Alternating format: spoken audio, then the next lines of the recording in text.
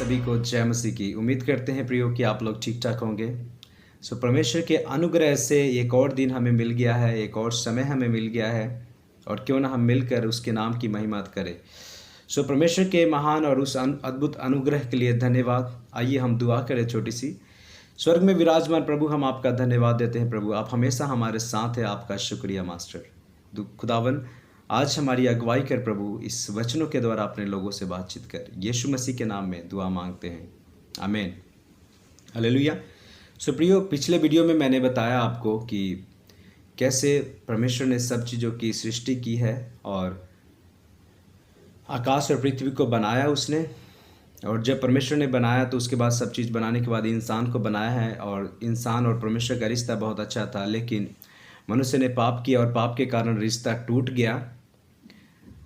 तो मनुष्य अपने अपने तरीके से परमेश्वर को ढूंढने की कोशिश करता है, लेकिन हमारा ये शरीर के काम से हम उस पवित्र परमेश्वर तक नहीं पहुंच सकते। इसलिए यीशु मसीह आया और उसने अपना लहू बहाया। उस लहू के द्वारा हमारे शरीर के पाप धुले गए और फिर वो यीशु मारे गए और दफनाए गए और कब्रों में से तीसरे दिन बाद जिंदा हो गए, फिर वो स्वर्ग में चले गए। हमारे पास दो रास्ते हैं। मैंने बताया आपको कि एक तो है हमें यीशु पर विश्वास करके और परमेश्वर के समीप जाना है, और दूसरा है कि अपने कामों में फंसे रहना है। तो याद रखना कि हमारे भले काम के द्वारा हमें परमेश्वर का जीवन नहीं मिलेगा। क्यों? क्योंकि अगर अंदर से पाप भरा हुआ है और शरीर से हम चाहे जितनी मर्जी अच्छे काम कर ले, तो याद रखना इसका कोई लाभ नहीं। बहुत सारे लोग इस प्रकार से अपने कामों पर भरोसा रखते, अच्छे अच्छे काम करते हैं कि हाँ ठीक है, प्रभु इससे खुश होगा और प्रभु मुझे माफ़ी कर देंगे। देखिए, बड़े बड़े लोग हैं यहाँ पे जो अगर उनको ऐसे ही माफ़ी मिल जाता तो वो क्या करता है, लाखों रुपया देकर और वो फिर अपना माफ़ी पा लेते। नो प्रियो, चाहे मैं लाख रुपया भी दान कर दूँ, लेकिन अंदर से पाप भरा हुआ है तो परमेश्वर के पास हम कभी नहीं पहुँच सकते। तो ज़रूरी है कि अंदर से पहले साफ किया जाए, और यीशु मसीह ने अपना लहू इसलिए बहाया ताकि हम अंदर से सफाई हो। हालेलुया। आइए हम इस नए पाठ में, इस नए वीडियो में हम सीखेंगे कि हमारा राजा कैसा हो। आपने टाइटल पढ़ा होगा, हमारा राजा कैसा हो। इसी विषय पे बात करेंगे। आप सब ने पढ़ा होगा हमारे भारतीय इतिहासों में या फिर कई जगह पे इस प्रकार से पाया जाता है कि दुनिया में राजा हुआ करते थे पहले, जिसकी वेल्डिंग आज भी पाई जाती है। एक बात को लेकर के मैं काफ़ी हैरान था कि एक ऐसा राजा है जिस राजा की बिल्डिंग तो इतनी बड़ी बड़ी विशाल था, लेकिन जब आप उसकी प्रजा को देखेंगे, उसके लोगों को देखेंगे तो छोटे छोटे तंबुओं में रहा करते थे वो। और जो व्यापारी हुआ करते थे उनसे राजा कर भी लिया करते थे। हाँ, हर एक जगह पे यस, वो राजा कर लिया करते थे लोगों से। और एक ऐसा राजा था जो कि उनकी प्रजा इस प्रकार से थे।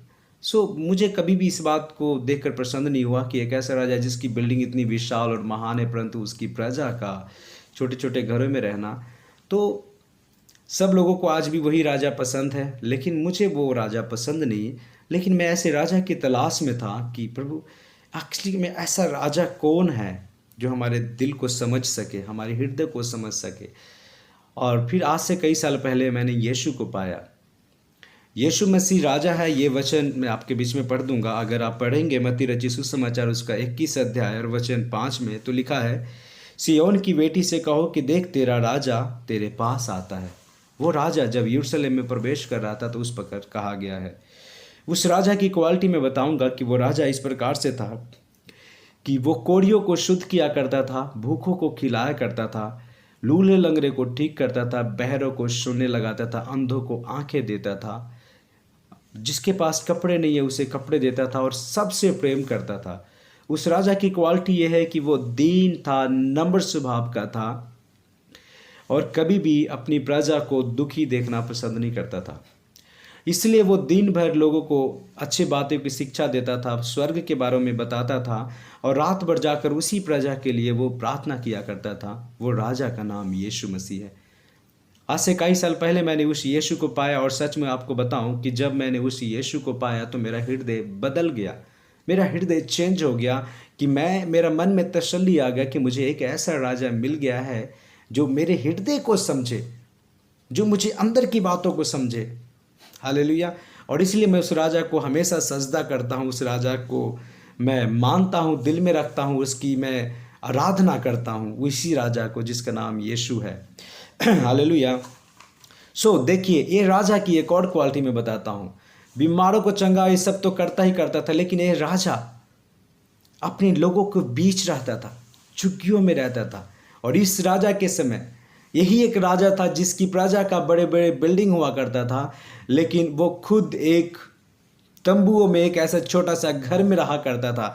वचन आप देखोगे मत्ती रची सुसमाचार उसका 8 और वचन 20 में लिखा है, यीशु ने उनसे कहा, लोमड़ियों के भट्ट और आकाश के पक्षियों के बसेरे होते हैं, परंतु मनुष्य के पुत्र के लिए सिर धरने की भी जगह नहीं है।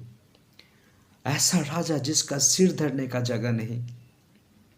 लेकिन देखिए, कभी भी उसने अपनी प्रजा पर क्रोध नहीं दिखाया, कभी भी उसने अपनी प्रजा पर ईर्ष्या नहीं दिखाई, परंतु लोगों से प्रेम ही प्रेम करता रहा। और यहाँ तक कि उसने अपना जान भी दे दिया। इतना ही नहीं, जब उसने अपना जान दे दिया, क्रूस पर लटका हुआ है, उस समय भी उसने अपनी प्रजा की शांति मांगी और विनती किया कि हे पिता, इन्हें माफ कर, कि ये नहीं जानते कि ये क्या कर रहे हैं। एक ऐसा राजा जो आज भी, बाइबल बताते हैं, आज भी वो हमारे लिए अपने स्वर्ग परमेश्वर के सामने विनती करता है कि अभी और समय मिल जाए ताकि हम में से और भी लोग बच जाए। प्रियो, याद रखना, वो परमेश्वर है जो हमसे प्रेम करता है। क्यों? क्योंकि प्रियो, उसने हमें बनाया है, उसने हमारे अंदर एक आत्मा दिया है। प्रियो, याद रखना, इंसान चाहे संसार का जो कुछ भी काम करे, याद रखना, उस काम के वजह से, उस रोटी की वजह से हम जिंदा नहीं रहते। हम जिंदा रहते हैं उस खुदावन के दिया हुआ उसी आत्मा के द्वारा। जब उत्पत्ति पढ़ेंगे तो वहाँ पे लिखा है कि परमेश्वर ने जब मनुष्य को बनाया तो उसके अंदर जीवन का सांस फूका और मनुष्य जीवित प्राणी बन गया। संसार की कितनी भी अच्छी बातें क्यों ना हो, कितनी भी अच्छी चीज़ें क्यों ना हो, वो आपको जीवन ही दे सकता, लेकिन उसी का जो जीवन का श्वास है जिसके द्वारा हम जीवित रहते हैं। आज संसार की चीज़ों के लिए लोग पूरा तहलका मचाया हुआ है दुनिया में, ये वो क्या क्या कर रहे हैं। याद रखना, बीते दिन अभी जैसे कोरोना चल रहा था तो ऑक्सीजन की कमी आई थी और बहुत सारे लोग, लाखों की तादाद में लोग ऐसे मरे हैं बिना ऑक्सीजन के। याद रखना, प्रियो, क्यों नहीं वो धरती संसारिक ऑक्सीजन से जीवित रह गए? नो, ये परमेश्वर है जो इन हवाओं के बीच में से ऑक्सीजन निकाल कर हमारे नाक में डालता है, जिससे हम जीवित रहते हैं। प्रियो, अच्छा होता कि हम उस परमेश्वर के लिए अपना जीवन दे देते। बहुत सारे प्रभु के दास भी है जो कि इस महामारी में गए हैं। मैं ये नहीं कहता कि वो परमेश्वर से दूर थे, नौ प्रियो, जिसको जाना है उसका समय एक निर्धारित किया गया है, वो अपने समय पर जाएगा। लेकिन मैं ये बताना चाहता हूँ कि संसार की चीज़ें हमें जीवित नहीं रख सकती, परंतु उस परमेश्वर की दया, उसका श्वास ही हमें जीवित रखता है। अब देखिए, हम अपने टॉपिक पर आ जाते हैं कि उसी राजा की बात कर रहा हूँ जो लोगों को जीवन देता है। अब मरने के बावजूद भी जब वो हमारे बीच से गया तो उसने एक विनती की है कि मेरा जाना तुम्हारे लिए भला है। मैं चाहूँगा और पिता से विनती करूँगा कि वो तुम्हारे लिए एक सहायक भेजे। और आज जब हम यीशु के ऊपर विश्वास करते हैं तो पवित्र आत्मा हमारे अंदर दिया जाता है। पवित्र आत्मा हमारे अंदर आता है प्रियो, और वो आत्मा हमें परमेश्वर के जीवन से पहचान करवा देता है। वही आत्मा है जो हमें अपनी पाप से पहचान कराकर और उसे छोड़ने में हमारी मदद करता है। हालेलुया। एक ऐसा राजा की क्वालिटी जब मैंने पढ़ा, याद रख प्रियो, इसी समय से मैंने उस राजा के पीछे चला और उस राजा पे विश्वास किया। बहुत सारे लोग हैं जो अपने अपने इस धरती का राजा को बना के बैठे हुए हैं, लेकिन याद रखना, मैं किसी को मना नहीं कर सकता। लेकिन देखो, आज आप उस राजा पे भरोसा रख रहे हैं, लेकिन जिस दिन आपकी मृत्यु होगी वो उसके बाद क्या होगा? जैसे वो राजा मरे और वो आज तक मरे हुए हैं, उनकी कब्रें आज भी बंद है, लेकिन जिस राजा पर मैं भरोसा करता हूँ वो आज भी खुला है और आज भी जिंदा है, उसकी कब्रें आज भी खुली हुई है। और आज भी जब उस राजा को मैं याद करता हूँ वो मेरे दिल में आता है, मुझे शांति देता है। जब भी मैं निराश होता हूँ, मैं दुनिया के दुखों में बड़ा होता हूँ, वो राजा मेरे पास आता है, मेरे अंदर मुझे शांति देता है। इसलिए उस राजा को मैं अपना राजा मानता हूँ। हालेलुया। वो राजा किसी जाति और किसी धर्म का नहीं है। वो राजा किसी किसी एक देश का नहीं है, परंतु पूरी दुनिया का है। और वो पूरी दुनिया के लोगों को चाहता है कि वो उसके पास आए। वो राजा, देखिए, वो राजा अपने पास आने के लिए आपसे कर नहीं लेगा।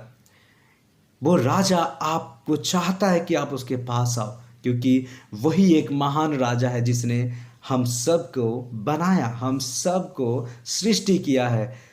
तो उसी राजा के पास जाइए प्रियो। देखना, जो ये मान लीजिए कि एक फ़ोन है, जिसने फ़ोन को बनाया है वही उसको ठीक कर सकता है, या फिर जो फ़ोन की दुकान है वही उसको ठीक कर सकता है ना। अगर मैं राशन की दुकान पर लेके जाऊंगा तो वो कदापि उसे ठीक ना करेगा।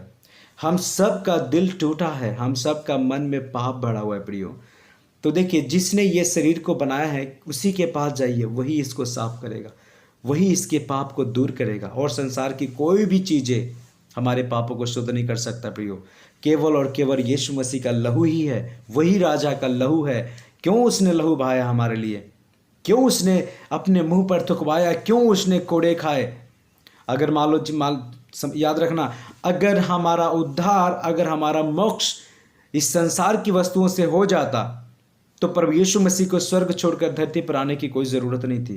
परंतु यीशु धरती पर इसलिए आया ताकि सब जाति के लोगों को अपने पास बुलाए, उनके पापों से दूर करे और परमेश्वर के साथ मिला दे। तो जब आप पढ़ेंगे, मत्ती रचित सुसमाचार पढ़ेंगे, तो जब यीशु मसीह क्रूस पर अपना जान दिए हैं तो लिखा है कि मंदिर का पर्दा 2 भागों में फट गया। क्या मतलब है पर्दा फटने का प्रियो?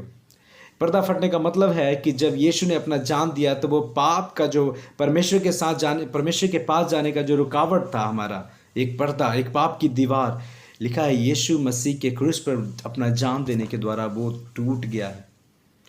इसलिए जब हम यीशु के ऊपर आज विश्वास करते हैं तो हमारे पाप धुले जाते हैं। क्यों? क्योंकि यीशु मसीह हमारे पापों का कर्ज लेकर क्रूस पर अपना जान दिया है, उसने हमारा मूल चुकाया है। इसलिए आज जितने भी प्रभु के बेटे बेटियां हैं वो खुश और आनंदित रहते हैं। भले संसार में क्लेश और सताव है और उनको दुख मिलता है, लेकिन उनका भरोसा उस परमेश्वर पर होता है और इसलिए वो खुश रहते हैं। आप याद रखना, अगर आपको शांति चाहिए, आपको प्रेम चाहिए, आपको भी आशा चाहिए, यीशु के पास आइए। चाहे वो किसी भी धर्म को, याद रखना, धर्म इस संसार के लोगों का है, परमेश्वर ने इंसान बनाया है और इसलिए वो इंसान से प्रेम करता है और इंसान को अपने पास बुलाता है। आज भी अपना बाजू फैलाया हुआ यीशु हमारा इंतज़ार करता है कि कब हम अपना मन फिराए और संसार की पापों से पश्चाताप करें और यीशु के पास जाए। देखना, उसका लहू आज भी हमारे पापों को धोने में पावरफुल है। धरती का कोई भी काम आपको आपके पापों से आज़ाद नहीं करा सकता या फिर हमें, परंतु उसका लहू ही है जो हमें पापों से आज़ाद करा सकता है। वही राजा की आज मैं बात कर रहा हूँ और वो राजा की बहुत सी क्वालिटियाँ हैं। उस राजा की बहुत सी क्वालिटियाँ हैं। उस राजा के बारे में और गहराई से जानने के लिए आप जिसको ये किताब है मेरे पास, जिसको बाइबल कहा जाता है और इसको जीवित वचन भी कहते हैं, तो ज़रूर पढ़ना, इस वचन की गहराई को ज़रूर जानना। इसको कहीं से भी आप लीजिए, इसको आपको चर्च में बहुत आसानी से मिल जाएंगे, न्यू टेस्टामेंट। आप पढ़िए और उस राजा की क्वालिटी के बारे में जानिए। देखिए, आपका पूर्वज क्या करते थे कोई मायने नहीं रखता, आपके दादे परदादे या फिर आपके जो मम्मी पापा क्या कर रहे हैं, नो, आपका न्याय आपके कामों से होगा, उनका न्याय उनके कामों से होगा। सो याद रखना, अगर आप अब अपनी राजा को, यीशु राजा को ढूंढ रहे हैं, उस पीठ पीछे, और अगर आपके पीछे अगर कुछ लोग इसका निंदा भी करते हैं, कोई बात नहीं। याद रखना, ये दुनिया जो ऐसी है सच्चाई को कभी भी पसंद नहीं करता। दुनिया पाप से भरी हुई और पाप करने वाले, चोरी करने वाले, याद रखना, कभी भी उजाले को पसंद नहीं करता। और यीशु का कहा गया है कि वो जगत का ज्योति है। कभी भी डाकू और चोर और ऐसे लोग यीशु के पास आना पसंद नहीं करते। जो धोखेबाज है वो यीशु के पास आना पसंद नहीं करते, परंतु वही लोग जो वफादारी से अपना जीवन बिताना चाहते हैं वही यीशु के पास आते हैं और यीशु उनको ज्योति में लेके चलता है प्रियो। तो अगर जितने भी जन अभी अंधकार में है, पाप के अंधकार में है, निकलिए उस अंधकार से, उस राजा के पास आइए। वो राजा आज भी आपको ज्योति देगा। हालेलुया। वो जगत का ज्योति है, कहा गया बाइबल में। वो जगत की रोटी है, जीवन का जल है वो। और वचन में इस प्रकार से लिखा गया है, मार्ग, सच्चाई और जीवन भी यीशु मसीह है। बिना यीशु के द्वारा और कोई भी परमेश्वर के पास नहीं जा सकता। चाहे धरती का आप कोई भी काम कर लीजिए, लेकिन याद रखना कि आप परमेश्वर के पास नहीं जा सकते। उसके पास जाने के लिए उसके मेमने का इकलौते बेटे का लहू चाहिए। उसके लहू से शुद्ध होकर ही हम उसके पास जा सकते हैं। आमीन। सो आज के लिए इतना ही। खुदावन आप सभी को आशीष दे। और मैं उम्मीद करता हूँ कि आज के वीडियो के द्वारा प्रभु ने ज़रूर आपसे बातचीत किया होगा। उस राजा के पास आइए, वो राजा आपके पापों को माफ़ करेगा जिसने मुझे माफ़ किया है। प्रिय, मेरी जीवन की गवाही मैं किसी दिन दूंगा कि मैं कैसे कीचड़ में पड़ा था। याद रखना कि मुझे ये किसी ने मतलब किराए पर पैसे देकर प्रभु के बारे में नहीं बताया। मेरा जीवन पाप में, मेरा जीवन अंधकार में भरा था, मैं नाश हो रहा था। वहाँ से प्रभु ने चुना है। और ये जो मूर्ख लोग कहते हैं कि पैसा देकर ये धर्म बदल लिया है, याद रखना मेरा नाम आज भी सुशील कुमार है। उसने मेरा जीवन को बदला है। कई लोग मुझे भी कहते हैं, नो डाउट। याद रखना जब आप यीशु के पास आएंगे तो बहुत सारे लोग आपको कुछ कुछ कहेंगे, लेकिन इग्नोर करिए और प्रभु के पास आइए। जिस दिन आप उसके पास पहुंच जाएंगे, यही लोग आपके पीछे पीछे आएंगे, क्योंकि दुनिया अंधकार में भरी पड़ी हुई है। दुनिया पाप से भरी पड़ी हुई है। शांति नहीं है किसी के पास। जिस दिन आप यीशु के पास आएंगे और शांति पाएंगे, आपके लोग भी आपके साथ आएंगे। हालेलुया। पहले प्रभु ने मुझे चुना, उस कीचड़ से मुझे निकाला। उसके बाद उसने मेरी परिवार पर दया की। आज मेरे बहुत सारे रिश्तेदार हैं जो प्रभु को जानते हैं। प्रभु बहुत सारे रिश्तेदार हैं जो प्रभु के पास आ गए हैं। परमेश्वर आज भी हमें जीवन देने के लिए तैयार है। वो राजा हमें बुलाता है। उस राजा के पास जाए, आइए दुआ करेंगे और उस राजा से कहेंगे, देख प्रभु, हमने आपके प्रति बहुत सी पाप किया और बहुत से गुनाह किए, लेकिन हम चाहते हैं कि आपके पास आए। प्रभु, हमारे गुनाहों को माफ़ करो और हमें क्षमा करो और हमें अपने पास लेके आ। दुआ करेंगे, अपनी आंखों को बंद करें।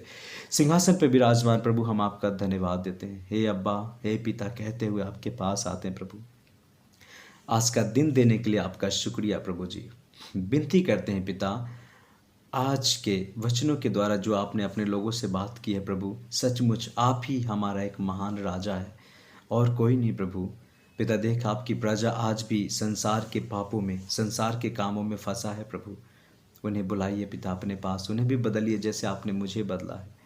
ओ प्रभु, सबको आपके हाथों में देते हैं। प्रभु जी, जितने भी जन ने इस वीडियो को देखा है प्रभु, आपका अनुग्रह इसके ऊपर बनी रहे। यीशु मसीह के नाम में दुआ मांगते हैं। आमीन, आमीन, आमीन। हालेलुया।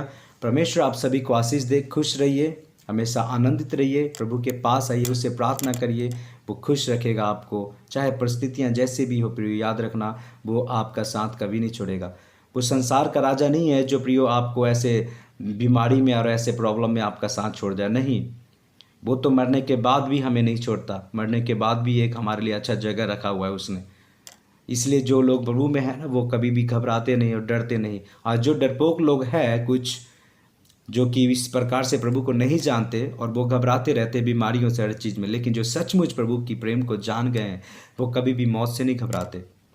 उसके पास आइए, क्योंकि ये संसार का जीवन तो परदेसी के समान है। एक दिन ये बीत जाएगा और ख़त्म हो जाएगा, लेकिन उसका जो जीवन है वो अनंत काल का है।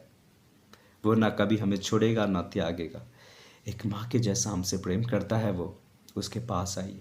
प्रभु आप सभी को आशीष दे। God bless you. प्रभु आप सभी को बना के रखे, खुश रखे। अगर आपको ये वीडियो पसंद आया है तो प्रिय ज़रूर है कि इसको अपने दोस्तों तक भी पहुँचाए और खुदावन में बने रहिए, उसके वचनों को पढ़ते रहिए। जय मसीह की सभी को। God bless you.